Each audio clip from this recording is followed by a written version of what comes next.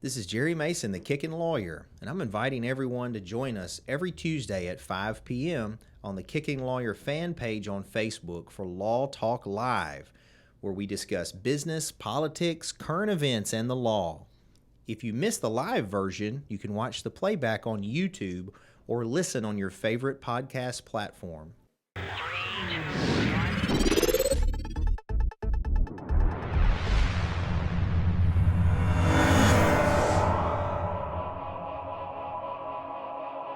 Jerry Mason, the Kickin Lawyer, and we are live for another Law Talk.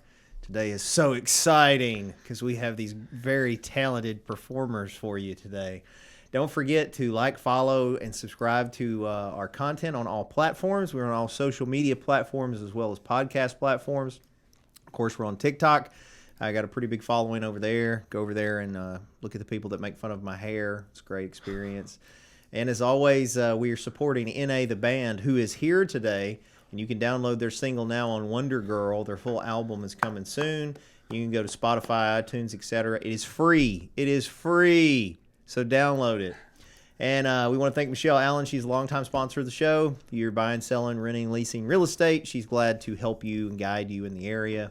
I also want to remind you that Mason's High Octane Martial Arts is located in Covington, Tennessee, creating champions and black belts alike for 20 plus years, since 93, however many years that is. You can give us a call or check out masonsmartialarts.com. The Cellar Restaurant Prohibition Bar, located off Square in Covington, open every day at 4 p.m. It's got great drinks and food, lots of fun, trivia tonight, live music on Fridays.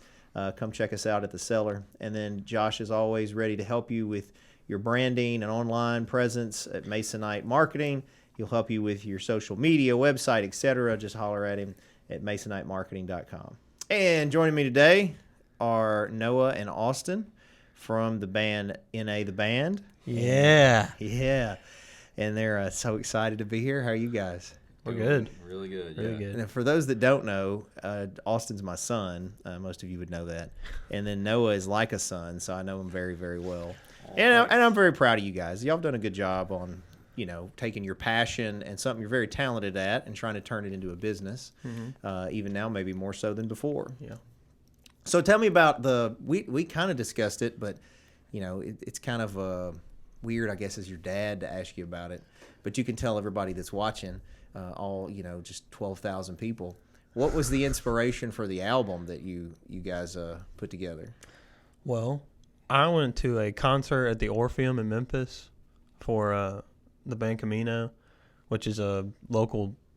They were local. They all went to University of Memphis, and a couple of them went to ECS High School, graduated in Memphis, lived in Memphis, grew up in Memphis, and then they went on to have, this pretty successful career. They may not be like A-listers, they're not Taylor Swift breaking Ticketmaster, but, they sold out the Orpheum, and they sell out theaters and various other arenas around the country.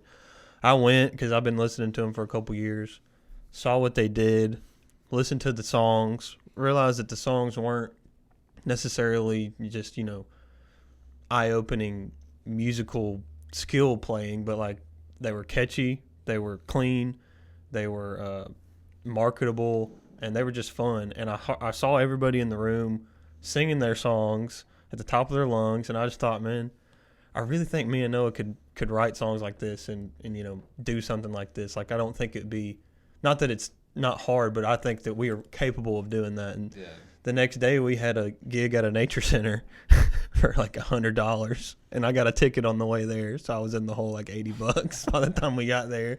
And I just asked him, would you want to maybe try and do this whole music thing for a living? Because we've been told for years that remember me when you're famous, and now we're gonna actually try to get famous. Yeah. It's really interesting too, because like Austin and I through college, we were doing like Southern gospel stuff and choir stuff, and I was doing bluegrass stuff, and so this whole album was completely different musically than anything else that we'd ever really done before. Yeah. But at the same time, like me growing up through high school and stuff doing music, I always really wanted a band that was kind of more poppy, alternative style. And so the way that it's kind of come to fruition has been kind of interesting. Like when you told me, hey, you want to just start a band, I was like, Yeah, let's just go ahead and do it. Yeah.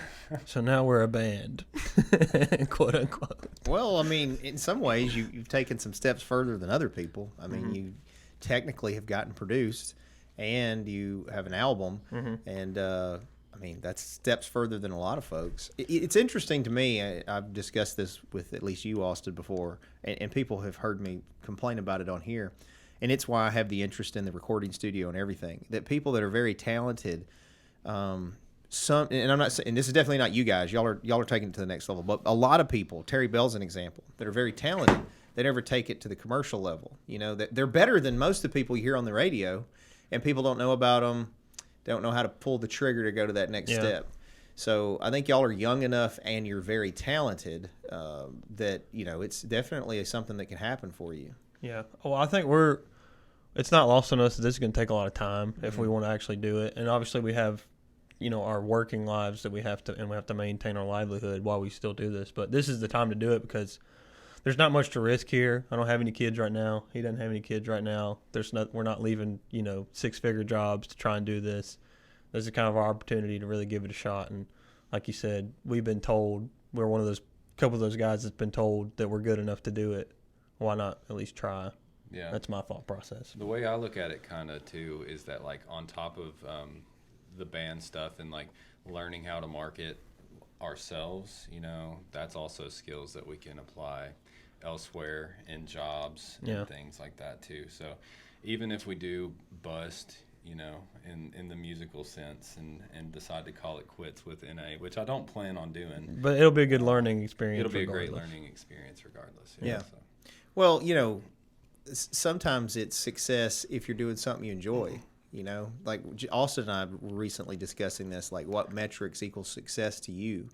And I think I'd asked both of you that when we were riding wherever it was the other day to Jude's thing about, what would be required for you to feel like, oh, I'm successful now. And I'll let y'all speak to that real quick, and then I got another question. So what to you right now where you're at would equal, oh, we're successful? Well, for the band or just individually? Band. Well, and I guess it technically ties into individually. I would say that if we got to a point where we could play music for a living and for what we both make now, that would be a form of success for me. But really just maintaining the freedom to be able to do it, I think I would also consider success because it's there's nothing more fun than performing for people. So if I could always maintain the ability and the liberty of being able to go and play gigs and play shows, I think I would consider that success in the long run. Yeah. I find success, I get pretty excited about small things.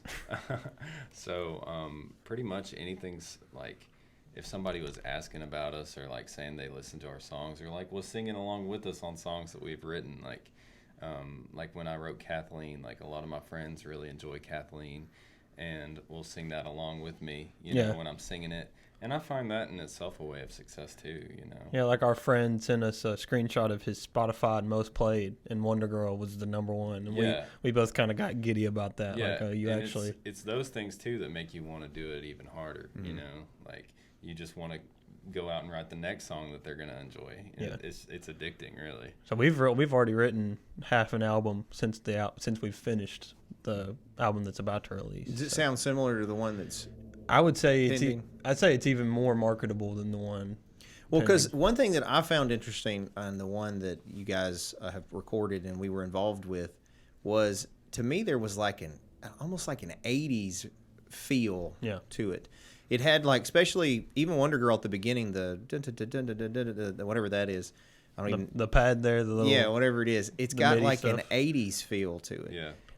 Was that intentional or? Well, one of the tunes we almost completely, I wrote the song and the words and everything, but the whole vibe, we were like, we want it to sound like this Journey song, and so we completely stole the vibe.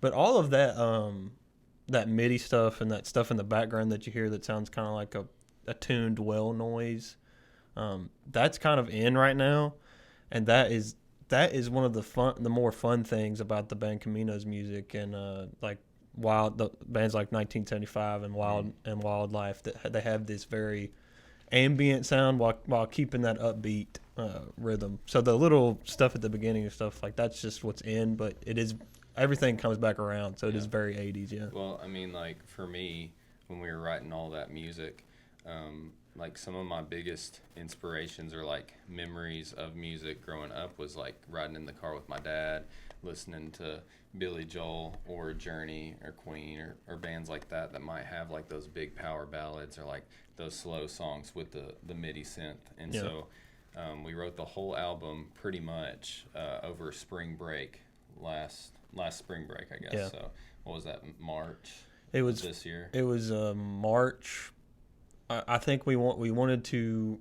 It was December when we decided to start writing an album, and we recorded in February. So between 2 months' time, we wrote eight songs. And we wrote the whole thing on 2 guitars, sitting on a futon in our dorm room. But the whole time we were doing that with 2 guitars, we were thinking, oh, okay, like Wonder Girl, we got and this instrument will do this. This is gonna do this, and then in the back of that, you know, you're gonna have a little bit of like, you know. And we just kept on writing this stuff down, remembering what we wanted, took it to our friends who helped produce the album, and it became what it was, which I was very happy with, very pleased with. Yeah. I tried to listen to the songs unbiasedly, which is hard because you're my son, and I obviously like you a lot, Noah. Thanks. I care about your success. I appreciate it. And but you know, so as a father, but I try to be critical. And I also, you and I, Austin, have disagreed from even when you were in middle school, sometimes musically, because like you remember that talent show, and I recommended you did. I forget what song it was. I was like, they're not going to get it. That you should do this was more marketable, and then you did whatever and won with it. Yeah. So I mean, I get that I'm not. I get that I'm not the. You know, there's certain aspects of it I just don't get or understand. And anyway, but listening to it, trying to listen unbiasedly, I think it's good. You know, like I listen to it regularly. Madeline listens every day to Wonder Girl. Oh dang! Literally every day she listens. We were driving back from Camden. And she goes, well, I'm going to go ahead and get my Wonder Girl in for the day. And starts playing it. She literally listens to it Get every our day. streams up good. Yeah, well, I think a lot of our family and friends and everybody has been real supportive of it. Oh, yeah. And I think that's a good song. And that song in particular was the one we wanted to open up with. I feel like it. Who wrote that one? I wrote that. He wrote that one, yeah. Who's it about? It's honestly not about anybody in particular. I wrote most of this, well, from my perspective, I always try to put it into the shoes of a different person, like a make-believe scenario of somebody else. So Wonder Girl was like the shoes of some guy that saw a girl at a party but didn't know if he was going to have like a second chance to ever see her again. Yeah. He writes from a different perspective. I have to write from Experience. like the love songs that are positive and about loving somebody. If I had a hand in them, it was me thinking about McKenna. Mm-hmm. And if they're about breaking up or anything else, it's the antithesis of me and McKenna. Like I have to channel my reality when you can just be like, what if we wrote it about this and somebody going through something like this? Well, I have to pull from my own experience. Yeah. So the album has, what was it, 8 songs? Mm-hmm. 8. Yeah, and what did y'all plan on dropping the full album? Well, I've been pretty lazy about putting it online, getting it ready for, I guess, the queue. Is it a queue or a clay? Or, yeah. I don't know In how queue. to say that. But, putting it in queue. We were planning on releasing it sometime at the end of the year, like maybe the 1st of next year. We were gonna do it the end of this month, but then life kind of got, crazy. Holidays, getting work and stuff all sorted out. You moved here, and so I think the end of the beginning of the year, I think we're gonna release it, and we want to give ample time to tell people about it too. So. Yeah. I hadn't talked to you off the air yet about this, but I figured out how to get your records pressed and the cost on all that too. Oh, cool. Nice. By the way, and the one that I'm looking at, you put a picture on it. It's more expensive, but I figured with an album you can, especially when we do the store, and this is something we got to move on soon because it takes like 16 weeks for production, and I wanted to get them in time for when we do the record store. Mm-hmm. But Like an actual we'll talk about it. record? It's a record, and it that'd be has. cool. You can get them different colors. This one place I found, and you can even put your picture on it, so that the album is your picture, and then it's all packaged cool. So it's a premium product. Heck yeah. But it's expensive. But we will talk about all that later. But I thought that'd be cool because Yeah. albums are coming back in, and for folks watching, I was just thinking about it because I noticed some of the viewers that were coming on and off of different generations. I know a lot of people struggle with the digital stuff still, and I think a lot of us probably take it for granted. But the song right now, Wonder Girl, is available for free. Now, all you have to do is go to Spotify. I think it's on iTunes, Apple It's Music. on YouTube. Apple too. Music. Yeah, it's on YouTube, and you can download it at no charge, and it helps these guys. So if you don't do anything else from watching this, at least go and listen and possibly download that song. It helps them on the algorithm on all those sites. And then their album will be coming the same way, and it's free.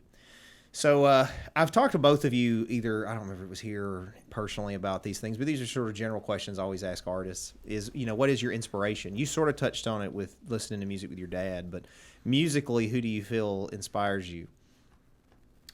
Well, it's kind of changed a lot over the time of my life, but I started playing guitar at 12 and singing terribly at about 12 as well. And then back then, I was listening, to like Billy Joel. I listened to a lot of Billy Joel, Elton John, people like that.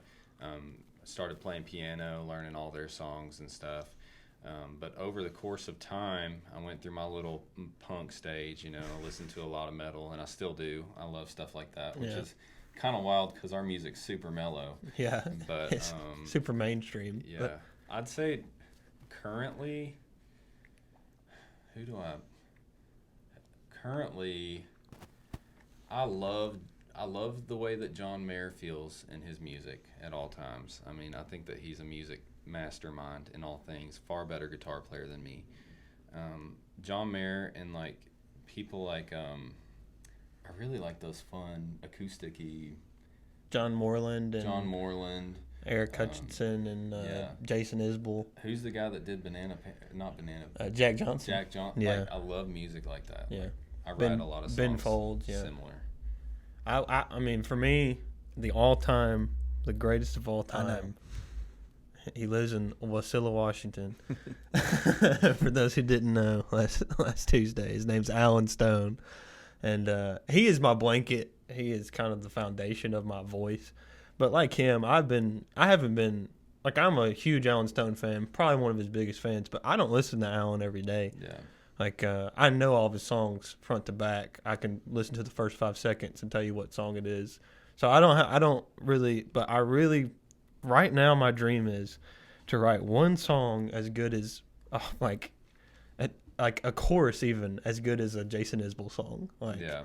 Jason Isbell is probably the best songwriter of all our time. time. Yeah, so I've been really listening to like some like singer-songwriter, just a dude and a guitar for the past like 2 months. That's all I've been listening Well, to. you also listen to a lot of Emery. Oh, and Emery, which is my Uncle James's favorite band. Which I think I might know more songs than him now. Like, I love that music, and that kind of got us to where we are with the album. It's really a hodgepodge. Like, but like, we don't listen to a lot of music like the music we make, which is weird. But Well, I can't speak for Noah, but Austin, you were raised in music. Your mother's family is very musical, and we were always listening to stuff. I remember as a kid, you simulating Justin Timberlake. yeah, You had an electric guitar when you were like 5 or 6. yeah. I used to clean my room to Summer Love. Yeah. Or something. So, I mean, I'm glad that y'all have taken from childhood something you grew to enjoy. No. The thing is, the only thing I don't say I worry for you about it, but it's a concern for sure, is you don't want it to become so much of a job you don't enjoy it anymore. Yeah. That is true. I went through that briefly with Taekwondo. It was my passion, and then when I was teaching it all the time, suddenly it becomes a job, and then you lose some of the joy. Yeah. Well, the thing is That happened to me already. we I think. Yeah. have already been through that experience in the past few years. Yeah, well, we were both in the Renaissance program, and we both, I would say, were at the top of the program. And while I owe a lot to the Bethel University and the Bethel Renaissance program, man, did we sing and sing and sing and sing and sing. And I kind of got to where I was kind of a robot doing it, and began to kind of resent ever having to do it, and kind of got this anxiety about performing instead of being excited and happy that I would get to perform. So I think I'm getting back into the groove of once I started making my own music again, it kind of helped me get back into the groove of wanting to do it. Yeah, because you were in it for 4 years. I was in it for 5. Mm-hmm. And after so long and doing the same kind of sets and same kind of routine, you lose kind of that sense of what got you into music in the first place, which was discovery and figuring out not just like how to play it, but figuring out who you are through the music itself. And creating. Yeah. And like, pulling things from other people, you sitting down and playing a John Mayer lick, you're learning that thing, but then also you take that lick and you figure out a couple other things to throw in there too by yourself, and you're like, I just did that. Yeah. And then you can't quit playing it for the next 3 hours, The next 3 days. And that's kind of what happened with us when we were writing the album, is that like we were both burnt out. And I think we both said multiple times, like, once college is over, I think I'm done playing music for a long time. And then we sat down on the futon and started writing all those songs, and it was like all those feelings of like, I'm capable of making music and learning and having fun. The new came back. And honestly, at the Renaissance program, you're around some heavy hitters musically, and we were around a lot of heavy hitters musically for a lot of years. A lot. And that made us, I don't want to speak for you, but that made us kind of discredit our own talent and ability. Like, yeah, we can do it too, but we kind of discredit ourselves a lot of times. The thing about Renaissance, which is a cool thing in itself, is that you take what you have and then you have to plug in yourself into a vibe that's completely different from what you are for years. Mm-hmm. And then you kind of become that vibe. But the thing is that like I went into Renaissance and I wasn't a bluegrass player, I wasn't a quartet singer, I wasn't a choir singer, I was a songwriter. Yeah. And I wrote stupid little songs, Yeah. And that was what I was good at growing up. I wasn't a bass singer, Yeah. And you were an Alan Stone wannabe for a long time. That's all I was, yeah. But then, you take that and you put it into that establishment of this is choral music, and stuff. And then you try to come back out of that. It's kind of hard to remember, what you were good at. And I don't know if I'm talking I think wrongly for you. We were made to do this and do this way 100 times a semester.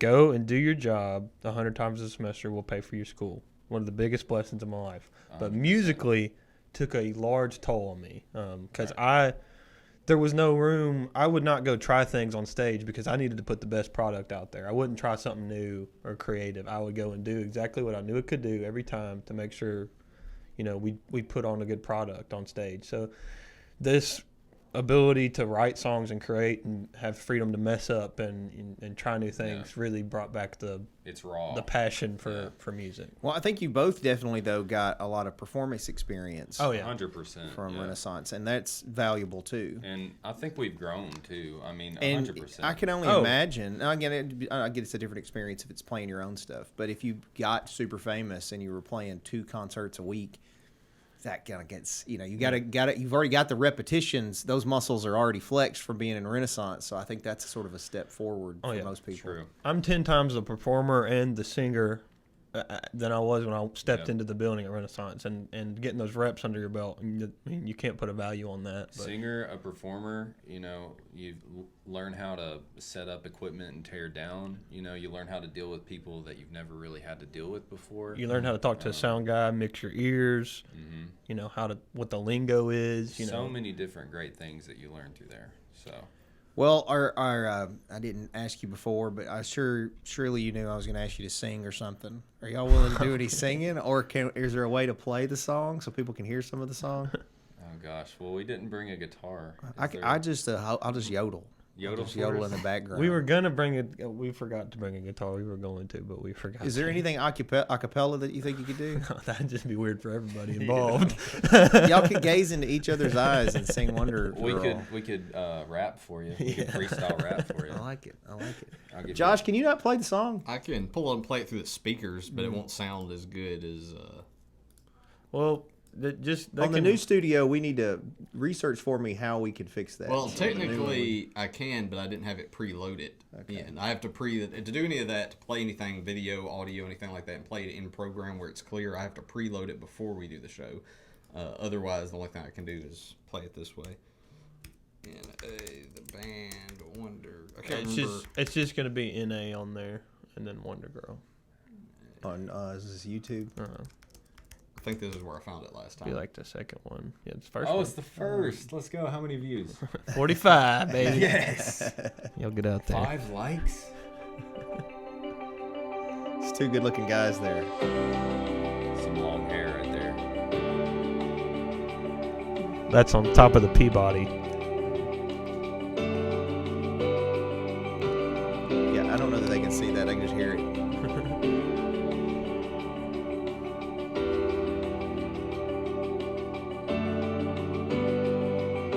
Haven't seen you since that weekend, but you still won't slip my mind. 'Cause you left those handprints on the wall right next to mine. Was it just another party, or just another night?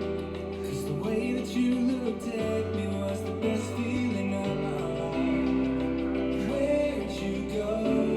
It was 12:15. I wish that I would've said no. How do I leave you behind when you're stuck inside my head? Wonder girl, wonder where do I have to go to see this heart again? Did you feel the way that I did then? It got me thinking, if another way. Man, these guys suck. That's good. That's good, Josh. I wanted it to at least get through the chorus. for Yeah. him. Yeah. I think it's good. I think it's a very catchy tune. Yeah. Those that are watching, especially if you watch this playback, let us know what you think about the music. Like, legitimately, they want feedback, and I mean, you really can't fuss too much when it's free. But By the way, I want to clarify to everybody, it does sound way better when you listen to the digital version as opposed to the version we just played. Which Yeah, is we through played the it through a speakers. speaker, Yeah, so- it sounds better than It's, that. it's professionally recorded. Sounds very And good. so another thing I'll let you guys plug is So Austin had worked for me as a law clerk for a long time, but now he stepped out into another venture, and they are managing basically a guitar store is really what it is, and they're offering things like lessons and et cetera, and it's here in Covington. So tell us about that. So we are going to be the managers and operators of Liberty Vintage Guitars right on the square, right down the hill from this law office. So I didn't have to go far for my new gig. And basically what it's going to be is a full turnkey shop for all your guitar needs and most of your musical needs. So like you come in, you need drumsticks. We got drumsticks. You need reeds for your saxophone. I got reeds for your saxophone. You want guitar lessons? We can do guitar lessons. You want me to change the strings on your guitars? I'll change the strings on your guitar. If you need me to tune your guitar, you come in, I'll tune your guitar. You can buy guitars there, buy guitar straps there, capos, tuners, amplifiers, chords, anything you need. But really, it's Liberty Vintage Guitars, and the bulk of our movement will be in guitars, but it is going to be a pretty cool little music store as well. So that's going to be opening up the beginning of January, and we're really excited for the opportunity to kind of do something we love and teach people guitar, teach people about singing, and just have something like that in Covington that I think is really cool. Yeah, and it's probably good for you guys too on the music end, because if folks aren't even in there, you just sit around and jam out. Yeah. Oh yeah, Guitars. that, and also like we have a stage in the back, so we're gonna try to have concerts hopefully every other weekend in the store. So Any local talent, yeah. So it's gonna be a pretty cool vibe. We're currently trying to get all of the painting and stuff done right now. Yes, that's why we're dressed the way we're dressed. We came from over there painting and putting up ceiling and putting up ceiling. But there's going to be like a really cool mural in the background behind the stage, and hopefully we have it set up to where it's just kind of like a really cool place to hang out. Yeah, and if you're a local musician, you want to come in there and try out guitars, and Yeah. maybe one day I'll buy that one. Yeah, come hang out with us, hang too. out, and yeah, it's just gonna be a cool little place. So I thought about you over the weekend, fellas, because I'm reading this book called The Art of War, The Business Art of War, something like that. Something about art of war and business. And basically what this guy does is he takes two companies, tries to use some provision from Sun Tzu and apply it in this business battle they had. And what made me think of you is over the weekend, the part that I was reading was on Gibson. Yep. I don't know what was that. Yeah, I don't know. It was on Gibson and what's the other one? The other competitor was the Les Paul, which is a what? What is it? It's an electric. It's a Gibson. Gibson, and then what's the Stratocaster? That's Fender. Fender. It was Fender and Gibson. They battled when electric guitars got to be up. It was very interesting. But what it led me to think about, the question that I have, is what do you think is the best guitar? For what? Overall best quality acoustic guitar. Acoustic guitar? Sure. I mean, I think I have a. For me, the top brands that are the most marketed that are very good are Martin and Taylor, and I have a Martin, but I would like a Taylor. But there's also other brands like Tacoma and Eastman, and what's the one in there was one in Wyoming. You played it, you loved it. Bourgeois. Yeah, the Bourgeois. There's other like these dudes hand make these, takes them 14 hours.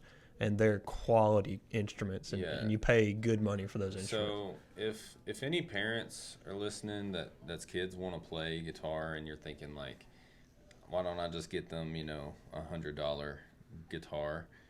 Go ahead and get them like a $250 guitar, just because the quality difference not only makes it sound better, but also like playability wise, $100 guitar is not really gonna fret well, and it's going to make the kid put the guitar down faster. Yeah. That being said, my favorite guitars, I've always loved Martin. I think they have a far better sound than Taylor, just because Taylors are kind of stringy sounding, and that's great for some people, but I like a little muddier sound. I think Martin has a really good one. If we're going like off of mainstream guitars, I really love a good Collings, but you're looking at spending about $2,500 to $4,000 on one. Yeah. Which is not in most people's budget. So, and those are the top tier. Like Billy Strings uses guitars that cost that much. John Mayer uses guitars that cost that much, and And you'll have electric guitars too. Yeah. Oh yeah. We'll have an electric section. We'll have an acoustic wall, an electric wall, and then kind of an oddities wall. We'll have mandolins, violins, ukuleles, and we'll carry things of all price ranges. So like if your kid's wanting to get into playing, we'll have a good selection for you. And if you are a 15-year pro, we'll have a good vintage selection and new selection that might be a little bit more catered to your needs. Yeah. But for me, Taylor or Martin. For you, what is it? I don't know. I love mine so much. The I have Eastman? an Eastman. If you're a good guitar player, get an Eastman. And also, any guitar, if you set it up right, it can be a good guitar. Oh yeah. And if you play it, the more, this is gonna sound crazy, but the more you play a guitar, the better it's gonna sound. Oh yeah. Like, I mean, when I went to get mine, I went to Nashville with like $2,000 in my pocket, going to buy a Martin. Like I was dead set on getting a D28 or a D18 Dreadnought Martin. And I went to 3 different stores. I went to Gruen's, I went to Carter's, tried out all the Martins, and then I went to, it's called Corner Store Music in Nashville, and they had this Eastman on the wall. I'd never played an Eastman, and it was about half the price of every Martin that I'd played. And I picked it up, and I absolutely loved it, and I still play it today because it's just amazing. I think it sounds better than most of the Martins that I've played. your recently. guitar sounds very good. Yeah. And if you set it like my guitar, I recently got set up, and it completely changed the guitar. Like it added value to the guitar, and so. But you can't set up $100 guitar, a plywood guitar. You can't touch. I mean, it's not going to do anything to it. So yeah, I would agree. If you're wanting to get started out, one of the biggest hurdles to start playing guitar is my fingers hurt. My fingers hurt really bad pressing on these things. You have to press so hard. Why do you have to press so hard? Well, you don't have to press as hard on a Martin or a Taylor or a decent Fender or a decent Gibson. So, you want to go out on a limb there, and you'll increase your chances of sticking with it if you get a quality guitar, a quality instrument to start with. Right. Well, I remember when we got yours, and as many of you know on here, I was broke. And I remember the kids thought that the best evidence, y'all told me this, that y'all thought the best evidence of Santa Claus is that they knew we had no money. And so when Santa came, they're like, he's got to be Knew real. he was real. These guys, I know my parents couldn't afford the Santa Claus stuff. fact. So I remember vividly, we went in that, it was Guitar Center. Guitar Center, yeah. Yeah, and he would always go in that room and play all the different ones. And Yeah. there was the one particular one he wanted. And we looked at it, and Madeline and I literally saved for, I think, a half year to make sure that we were able to get him. And then that Christmas made it worth it because he got it, and he was real emotional over it, and I could tell it was a big deal. That's the only guitar I use. That's the only guitar that I play. And Yeah. Yeah, Well, I'm just glad that's we were good. able to get it for you because I think, when y'all were kids, even though money was tight, to say the least, if you remember, I always tried to foster your things you're interested in and talented. So like books, we were all about your books. If you were into this sport for a second, if you were into that, we tried to do whatever was necessary to build that. And I think as a parent, at least, hindsight, I'm glad that we did that with our kids. So, and we didn't try to shoehorn you in. Of course, I always wanted them all to do martial arts. And Austin, probably more than the rest of the children, I don't want to say look up to me and put words in your mouth, but you did constantly, like if I was into the motorcycles, you Yeah. were into the motorcycles. As I was doing martial arts, he's into martial arts. He's up there, little head running around doing MMA. well, I think I found, like, I liked doing jiu-jitsu. I didn't want to do taekwondo, really. I wanted to get my black belt, be done with taekwondo. Then jiu-jitsu and MMA, I love doing that. And then 8th grade rolls around, and I found something like, I wanted to be good at something because I knew you were world class at martial arts, but like I didn't seem to have a natural aptitude for it. I started singing, and them girls started screaming. I was like, I'm gonna just, and so I leaned into it and found out, man, this is something I could really excel at. I want to give a shout out to Peter Simons, my choir director in middle school. He did say, he gave me my first compliment that made my head big. He was like, I think you could really, really do this, and I'm still singing today. So shout out to Pete. Shout out to Pete. But yeah. Speaking of that, when you were a kid, I'm just curious if you remember this, Austin. I don't know if we talked about it. Do you remember any of the times folks challenged me? Yes. Okay, I was going to say, well, recount one, because I have a memory in my head of one in particular that you kids watched. But y'all were there they grew up in a karate school, so. Well, I think people would come challenge you, but people would come challenge like Gunner and Daniel and Darian, and like, I was like, "What are y'all doing?" So basically, what we're recounting is these individuals that don't know anything would come into the martial arts school and think, "Oh, I don't know anything, but I'm in good shape. I'm stronger than these people, so I could, beat them up."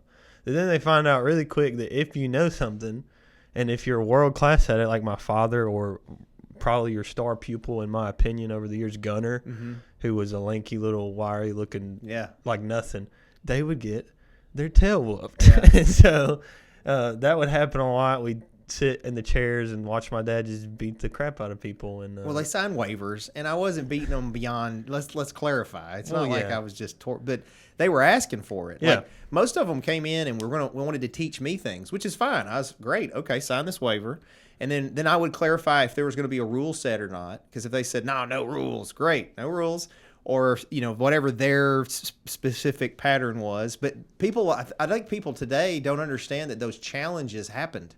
People would walk in a martial arts school and be like, "Oh, I'm going to whoop the whoever." But you're right on Gunner. And part of the reason I started using Gunner in a lot of them is because it's one thing for me, who I'm a relatively big guy and very accomplished and experienced. One thing for me to whoop them, but my student, to me, more proves the concept. It proves that I know what I'm doing. And he was small. He was a lot smaller than these guys. he was like 160. Yeah, so man, I tell you, one of the best ones is not to get on a caveat to talk about all that, but it's just interesting memory. Is I don't know if you were there or not, but he would help me train the cops. So we bring the cops in, and they're big dudes, and then of course they alpha male type mentality anyway. And Gunner would lay them out.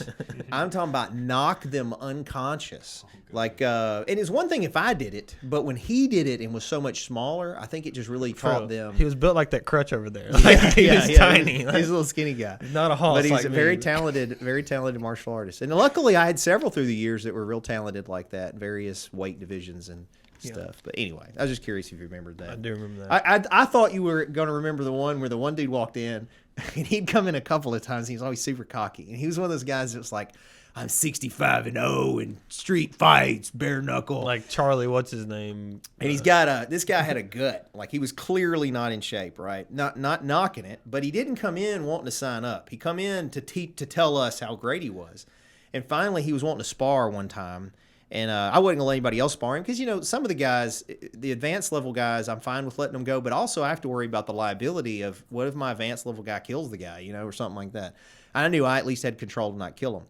Well, this guy gets out there, and what I remember is you and Alex, we had that little half wall, and y'all got on the half wall, and you were watching. And I remember seeing you, and we stepped back, and I was like, all right, you ready? Just say go. The guy said go. And I said, blow, and I just round kicked him in the gut. And he goes, bleh, and falls out. He falls out on the floor. And he's like, and the kids are like, okay, it's over. And they walk off. So I'm taking my stuff off. This dude's literally laid out on the floor, like crying. And the kids are just walking off like it's another day. At the risk of sounding narcissistic, which is about 90% of what I say, you get it natural in the Mason family. there are so many parallels to that, and I think Noah can relate. He may not be as vocal about it as me, but like when you're in the music business, in the performing business, and somebody sees you do it at a high level, and you walk off stage, all of a sudden, they are also an expert in the music business, and they also have done it as a high level. I've met so many bass players for famous bands that were not the bass player for that famous band, and I was in choir, and it's them trying to relate, but a lot of times to me that kind of clogs our system. It's like if you're getting out there and you're not taking it as seriously as I am, and you don't, and truth be told, you just don't have the natural talent for it, that kind of puts a lot of pawns in the machine that may not need to be there. So that kind of clogs our system in trying to get to the next level. It's exactly the same in filmmaking too. So it's the same across the board: music, filmmaking, martial arts. Well, you saying that though made me start rethinking something I told you before, because you've commented. You're like me. You haven't. I think as I gotten a little older, I'm better at not appearing quite as arrogant as I probably am on just a few things, not everything. Like, I'm not a music guy, right? But martial arts, I'm a little arrogant on it. I mean, just being honest, right? But what dumbfounds me, and I'm sure you struggle with it with music, is I've found that a lot of times people's comments are based on ignorance. Yeah. They just don't know. It's not they're bad people. They just don't know. And anyway, what I was going to say is I've told you before, Austin, like, oh, you need to be careful saying whatever to them. You need to be respectful. At least they're here. And you're like, this guy's an idiot. But at the same time, you got to have contenders. Yeah. It's like I would go to tournaments, right? And especially as I got skilled, I'd show up, and there would literally sometimes be people not compete because I was there. Well, there'd be a couple other guys standing there that you were like, that guy's going to lose. You just look at him, and you're like, this guy's not going to win. But he's a contender. He's there. If there's not somebody to be rated against, how do you look like, I did the same thing. Like, again, I apologize, everybody. This is going to sound awful, but I would go to talent shows, and I would pick the spot in the song that would mean I was going to beat them. Their song, when they were in their performance, I'd pick the moment that meant I was going to beat them because they didn't, measure up. But never apologize for being Noah, you're being best. so quiet on all this. Well, because Noah, I'll be honest, he's a better musician than me and a better guitar player than me, and I like to, but he has my respect, and I think I had a problem for a long time with the baseline of like nobody had my respect, and I think I've as I've gotten older, that's gotten better. Once I went to Bethel, that got a lot better. Like, I thought I was the bee's knees. There was nothing better. I am scraping the bottom of the barrel, really. Like, there's so many talented musicians out there. Like, so many. I was a little bit more humble than you. Oh, you're definitely more humble than me. That's what I'm trying to say. My first singing competition that I tried out for, I didn't even get into. I was 13, and then when I was 14, I tried out again, and I made it into the top 5. And when I was 15, I did it again, and I made it into the top 3. And when I was 16, I got second. And when I was 17, I finally won it. I stepped up, but see, there was an issue. I was never good enough, See, everything around here, I just won. And so I think that really, really hurt me. It hurt me in a lot of ways. I can't sing harmony. I can sing harmony, but I have to work a lot harder to do so. And that is in large part because I just was always singing a solo, always singing the melody. I was never made to do it. And I wish if I could go back, I wish there was 10 dudes that were way out of my league at the time that I could have pulled from and learned from, and I'd be 10 times the musician I am today. But instead, I was very top heavy here, and I believe that kind of hurt me. So I hope that like something like this guitar store will bring because I know there's some heavy hitters in this county and this city that will bring out some people from the woodwork, and we can all kind of get better together. So yeah, that'd be awesome. Yeah. Yeah. So on the confidence thing, though, I don't think you should undervalue that. Like at any point, the kids, and whether it's fortunate or unfortunately, saw me and to some degree emulated me. Well, I've been told that. And as a younger man, I was much more confident. I probably wasn't much more confident. Arrogant is, again, probably a better word if I'm being honest. But it wasn't unfounded is the thing, is that I would go and compete, and specifically in the martial arts world, I was very, very confident. And so the kids learned, and of course I taught confidence too. In martial arts, you learn confidence. So he got a black belt along the way, and it was hard. I didn't give them the black. My kids had the hardest black belt tests of anybody in our school's history because I didn't want anybody to say that he got breaks or just got it because he's my kid. I wanted to throw up the whole time. Yeah, he's crying and everything. I was crying, yeah. I think I was crying. It was like an hour it took me to do it. I think I was crying for 30 minutes of it. But that was part of the test is as long as they don't quit. I don't care if you're crying, just don't quit. Yeah. So but there's some development of that, and I think some of that rubs off. And it's a pro and a con. Because I think sometimes if you're too overconfident, you miss the opportunity to grow because you don't realize there's things you can learn from other people.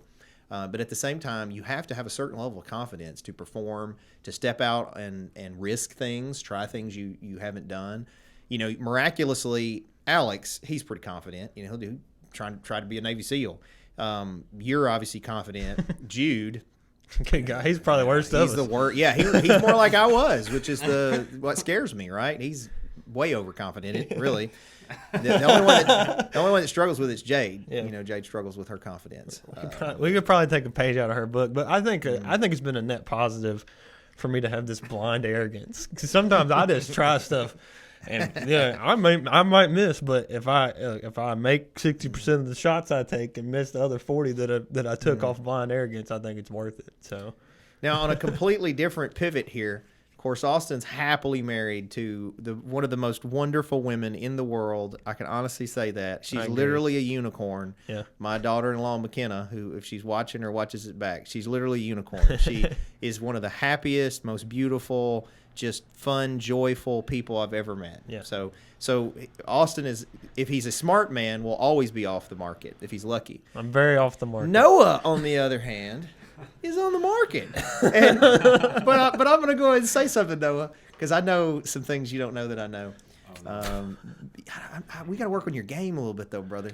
Like, I think, like, you the other day, I know from a mutual friend told me that you came up to her and was like, I think that woman might have been hitting on me. I think that lady might have been interested. And then you told her what she said and was like, of course she was. And you were like, I had no idea. I don't even know what we're talking about. Me neither. I'm just saying that, you're a good-looking fella. You're very talented. Oh, thank you. So, just letting the ladies out here know that Noah is single. I am single. I'm focusing on myself right now.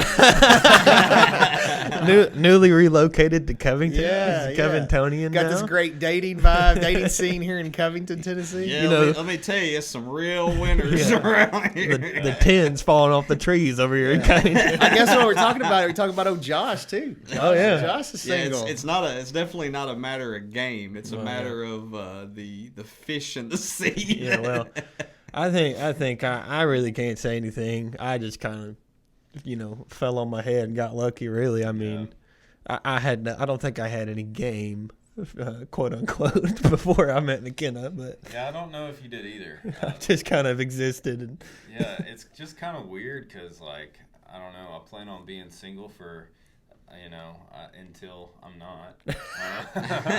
But like, I haven't ever really had to worry about game or like getting older, you know, or like. Yeah, you might. You know, getting you're fat. 23 now. You know. I know. He's just wasting away over there. I know. I was trimming up my beard the other day, and I looked, and I had like 4 gray hairs on this side of my head, and like 4 or 5 on this side, and I was like, man, I'm like halfway dead. Just falling apart. I know. It's only if you really just got 40 years. You know, that's all we got. So My lifespan's almost done. you know, we're almost done. Yeah, I mean, just look at me. I'm falling apart over here. Third of the way. I got an AARP membership last week. I just realized that January's coming and I have another birthday coming up. It's depressing. Jeez. How old are you gonna be? It'll be old enough. I always say I'm old enough to know and young enough to go. Well, So, what is it?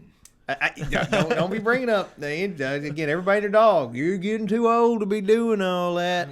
The surgeon literally said that I got like the ligaments and tendons of like a 20-something-year-old from doing martial arts. You all my stop life. doing crap, maybe you'll keep them ligaments and tendons. When Yeah, you're 70, you'll have the ones of a 40-year-old. You should try yoga. Have you ever? I actually am, Noah. It's funny you say that. I told Madeline there were 2 new goals that I have as I recuperate from this injury. I'm going to try to start doing yoga regularly because I do think, especially if you're like me and you do a lot of weightlifting, I think yoga is a benefit for guys. And it's also harder than men give it credit for. Oh, it's hard. Men It's that so haven't hard. tried it, yoga is difficult. So I have a lot of respect for it, and I think there's a lot of value, especially for men in yoga. And then number 2, I have one of the things I have just a very few things. Normally, what I do is I used to literally write them down. Is I have these goals, right? And it'd be like short-term goals, long-term goals. And so there's a goal that I had years and years ago, 20 plus years ago, that I haven't checked off, and I decided that I would start working towards it. And the reason I didn't check this goal off is because I personally was afraid, honestly. I was afraid of my reputation getting affected and it's to get my black belt in jiu-jitsu, in Brazilian jiu-jitsu. So I have a purple belt, although I've been given a blue belt by 2 different guys and finally a purple belt by one. And, you know, there's so much, is it legit or not in jiu-jitsu? And I want to be open-minded. And the problem is the reason I got stifled on development is because if there was somebody that was better than me or there's a risk they were going to submit me, I didn't want to do it. I didn't want to get submitted. I didn't want to not be the best, you know, because I've been the best so long on the martial arts. So I'm trying to be open-minded to that, to grow myself with jiu-jitsu. MMA jiu-jitsu, I'm really good. Like when you can punch and kick people on the ground and whatnot. But if it's straight gi jiu-jitsu, I'm super weak on gi jiu-jitsu. The gi makes me, I even get claustrophobic in the gi because they can choke you and stuff with it. Mm-hmm. And in no-gi jiu-jitsu, I mean, I'm probably brown belt level no-gi jiu-jitsu. But gi jiu-jitsu, I struggle with. So it's purple, brown, black, right? No, it's white, blue, purple, brown, black. Okay. Yeah. So anyway, so those are the 2 things: yoga and I want to get heavy back into jiu-jitsu. Well, shout out to Lauren Fletcher. She, we've been going to You the went to gym her every southern. night. She calls it what, Southern yoga or something. Last night, been bringing McKenna. Our friend Anna Rose comes, and me and Noah, McKenna, and Anna Rose went to the gym last night. Anna Rose and McKenna went to stretch, and Lauren was in there doing her yoga class. They ended up doing it. They really enjoyed it. I think they're gonna keep it up. Well, good. Up there at Total Fitness. Yeah. I did her class. Madeline and I did it before. No, that crap's hard. Yeah. I don't. And there's a lot of like YouTube videos that you can follow along with. I got into yoga over the past semester, and I haven't done it in like a month, but it is a lot of fun. And if you do it in the mornings, like you feel a lot better during the day. Mm-hmm. And also, like I can touch my toes now, which I've never been able to do. I can't. Yeah, so it helps out with the important things in life. Yeah. So, That's good. Touching your toes. yeah, touching my Yeah. toes. You always had tight hamstrings even as a kid, though. Yeah, you always struggled with the hamstring any flexibility. Well, up until this injury, I had hamstring flexibility, but I can't even get my legs straight yet. That's what I'm working towards. My PT started yesterday, and the first goal is to get my legs straight. So it's such an odd experience for me to not be flexible in my legs, but I'm going to fix it. So anyway, all right, Josh, one more. Oh, yeah, I'm working on my time here. So, all right, well, anything for the good of the order. How about you tell everybody where to find info on you guys? Okay, so we are NA the Band on Instagram. Yep. We're currently n/A on Facebook. N/A on Facebook. We're NA the lowercase NA the Band on TikTok, and NA the Band on any other platform. And it's n/A Wonder Girl on YouTube, n/A Wonder Girl on Apple Music, and n/a Wonder Girl on Spotify. Yep.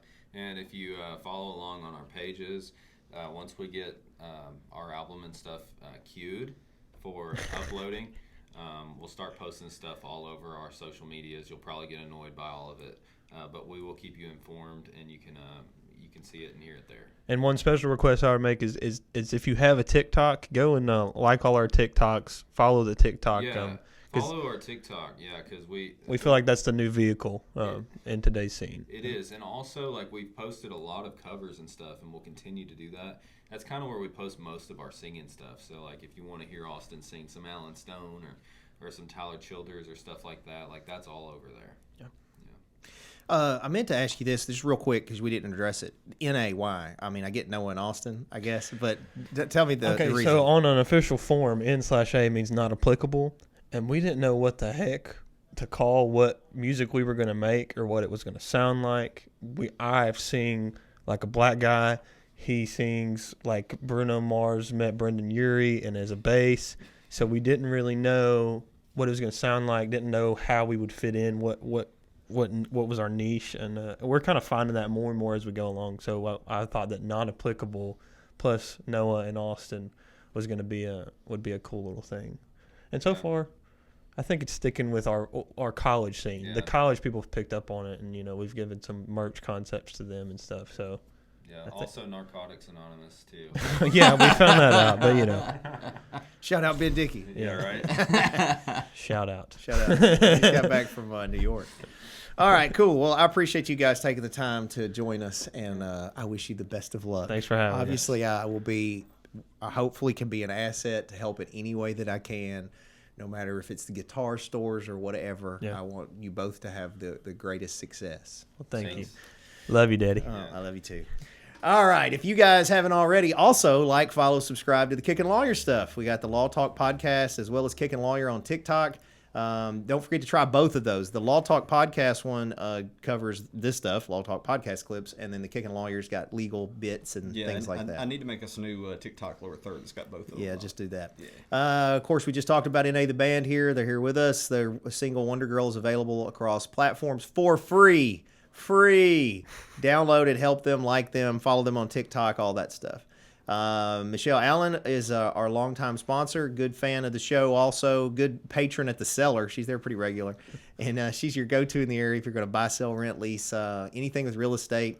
And she's also just a good lady. And then, of course, Mason's High Octane Martial Arts, we talked about briefly, has been open since '93. Still training people all the time to become their best self and get their own black belt. Maybe a goal of yourself, just give us a call, masonsmartialarts.com. And, of course, the Cellar Restaurant Prohibition Bar. I'm headed there here now to do trivia for the last time this year. It's holiday-themed trivia. If you guys want to join us, it starts at 6:30. It opens every day at 4 o'clock. I think we got T-bone steaks as a special this weekend. Brian just sent me a picture of it. It actually looks really good. And, of course, Masonite Digital Marketing. Josh is ready to accelerate your brand.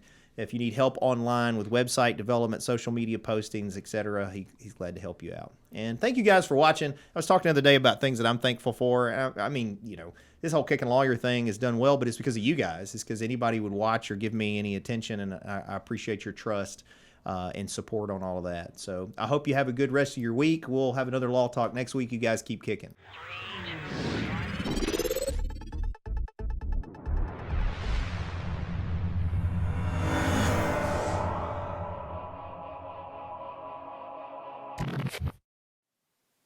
Thanks for watching, guys. Just remember that this is not legal advice or investment advice or business advice. This is for fun and entertainment purposes only.